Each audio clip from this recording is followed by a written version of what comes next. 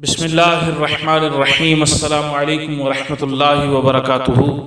تمام معزز سامعین و ناظرین کو انفارمیشن پوائنٹ کے پلیٹ فارم پر ایک دفعہ پھر سے خوش آمدید۔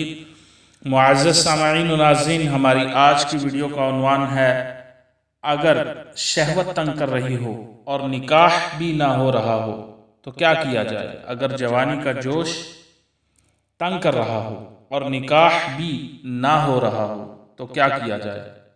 معزز سامعین و ناظرین، اس حوالے سے صحیح بخاری کے اندر حدیث پاک مروی ہے، رسول اللہ صلی اللہ علیہ وسلم نے ارشاد فرمایا، اگر کوئی صاحب طاقت ہو تو اسے نکاح کر لینا چاہیے، کیونکہ نکاح نظر کو نیچی رکھنے اور شرمگاہ کو بدفعلی سے محفوظ رکھنے کا ذریعہ ہے، اور اگر کسی میں نکاح کی طاقت نہ ہو تو اسے روزے رکھنے چاہیے، کیونکہ وہ اس کی شہوت کو ختم کر دیتے ہیں۔